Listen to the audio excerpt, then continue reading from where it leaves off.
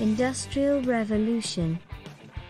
The Industrial Revolution was a period of scientific and technological development in the 18th century that transformed largely rural, agrarian societies, especially in Europe and North America, into industrialized, urban ones. Goods that had once been painstakingly crafted by hand started to be produced in mass quantities by machines in factories, thanks to the introduction of new machines and techniques in textiles, iron making and other industries. When was the Industrial Revolution? Though a few innovations were developed as early as the 1700s, the Industrial Revolution began in earnest by the 1830s and 1840s in Britain, and soon spread to the rest of the world, including the United States. Modern historians often refer to this period as the First Industrial Revolution, to set it apart from a second period of industrialization that took place from the late 19th to early 20th centuries and saw rapid advances in the steel, electric and automobile industries. Spinning jenny. Thanks in part to its damp climate, ideal for raising sheep, Britain had a long history of producing textiles like wool, linen and cotton. But prior to the Industrial Revolution, the British textile business was a true cottage industry, with the work performed in small workshops or even homes by individual spinners, weavers and dyers. Starting in the mid-18th century, innovations like the spinning jenny, a wooden frame with multiple spindles, the flying shuttle, the water frame and the power loom made weaving cloth and spinning yarn and thread much easier. Producing cloth became faster and required less time and far less human labor. More efficient, mechanized production meant Britain's new textile factories could meet the growing demand for cloth both at home and abroad, where the British Empire's many overseas colonies provided a captive market for its goods. In addition to textiles, the British iron industry also adopted new innovations. Chief among the new techniques was the smelting of iron ore with coke, a material made by heating coal, instead of the traditional charcoal. This method was both cheaper and produced higher quality material, enabling Britain's iron and steel production to expand in response to demand created by the Napoleonic Wars, 1803–15 and the later growth of the railroad industry. Impact of steam power. An icon of the Industrial Revolution broke onto the scene in the early 1700s, when Thomas Newcomen designed the prototype for the first modern steam engine. Called the atmospheric steam engine, Newcomen's invention was originally applied to power the machines used to pump water out of mine shafts.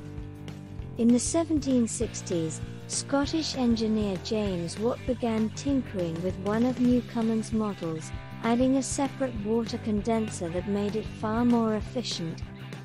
Watt later collaborated with Matthew Boulton to invent a steam engine with a rotary motion, a key innovation that would allow steam power to spread across British industries, including flour, paper, and cotton mills, iron works, distilleries, waterworks and canals. Just as steam engines needed coal, steam power allowed miners to go deeper and extract more of this relatively cheap energy source. The demand for coal skyrocketed throughout the Industrial Revolution and beyond, as it would be needed to run not only the factories used to produce manufactured goods, but also the railroads and steamships used for transporting them. Transportation during the Industrial Revolution. Britain's road network, which had been relatively primitive prior to industrialization, soon saw substantial improvements, and more than 2,000 miles of canals were in use across Britain by 1815. In the early 1800s, Richard Trevithick debuted a steam-powered locomotive, and in 1830 similar locomotives started transporting freight and passengers, between the industrial hubs of Manchester and Liverpool. By that time, steam-powered boats and ships were already in wide use, carrying goods along Britain's rivers and canals as well as across the Atlantic. Banking and communication in the Industrial Revolution. In 1776, Scottish social philosopher Adam Smith, who is regarded as the founder of modern economics, published The Wealth of Nations. In it, Smith promoted an economic system based on free enterprise, the private ownership of means of production, and lack of government interference. Banks and industrial financiers soon rose to new prominence during this period, as well as a factory system dependent on owners and managers. A stock exchange was established in London in the 1770s. The New York Stock Exchange was founded in the early 1790s. The latter part of the Industrial Revolution also saw key advances in communication methods, as people increasingly saw the need to communicate efficiently over long distances. In 1837, British inventors William Cooke and Charles Wheatstone patented the first commercial telegraphy system, even as Samuel Morse and other inventors worked on their own versions in the United States. Cooke and Wheatstone's system would be used for railroad signaling, as the speed of the new steam-powered trains created a need for more sophisticated means of communication. Labor movement. Though many people in Britain had begun moving to the cities from rural areas before the Industrial Revolution, this process accelerated dramatically with industrialization, as the rise of large factories turned smaller towns into major cities over the span of decades. This rapid urbanization brought significant challenges, as overcrowded cities suffered from pollution, inadequate sanitation, miserable housing conditions and a lack of safe drinking water. Meanwhile, even as industrialization increased economic output overall and improved the standard of living for the middle and upper classes, poor and working class people continued to struggle.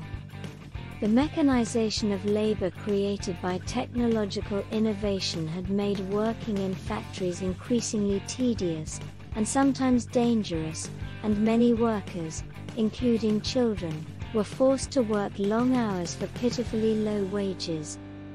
Such dramatic changes and abuses fueled opposition to industrialization worldwide, including the Luddites, known for their violent resistance to changes in Britain's textile industry. In the decades to come, outrage over substandard working and living conditions would fuel the formation of labor unions, as well as the passage of new child labor laws and public health regulations in both Britain and the United States, all aimed at improving life for working class and poor citizens who had been negatively impacted by industrialization. The Industrial Revolution in the United States. The beginning of industrialization in the United States is usually pegged to the opening of a textile mill in Pawtucket, Rhode Island, in 1793 by the recent English immigrant Samuel Slater. Slater had worked at one of the mills opened by Richard Arkwright, inventor of the water frame mills, and despite laws prohibiting the emigration of textile workers, he brought Arkwright's designs across the Atlantic. He later built several other cotton mills in New England, and became known as the father of the American Industrial Revolution. The United States followed its own path to industrialization, spurred by innovations borrowed from Britain as well as by homegrown inventors like Eli Whitney. Whitney's 1793 invention of the cotton gin, short for engine, revolutionized the nation's cotton industry, and strengthened the hold of slavery over the cotton-producing South. By the end of the 19th century, with the so-called Second Industrial Revolution underway, the United States would also transition from a largely agrarian society to an increasingly urbanized one, with all the attendant problems. By the mid-19th century, industrialization was well established throughout the western part of Europe and America's northeastern region. By the early 20th century, the US had become the world's leading industrial nation. Effects of the Industrial Revolution. Historians continue to debate many aspects of industrialization, including its exact timeline, why it began in Britain as opposed to other parts of the world, and the idea that it was actually more of a gradual evolution than a revolution. The positives and negatives of the Industrial Revolution are complex. On one hand, unsafe working conditions were rife and environmental pollution from coal and gas are legacies we still struggle with today. On the other, the move to cities and ingenious inventions that made clothing, communication and transportation more affordable and accessible to the masses changed the course of world history. Regardless of these questions, the Industrial Revolution had a transformative economic, social and cultural impact, and played an integral role in laying the foundations for modern society.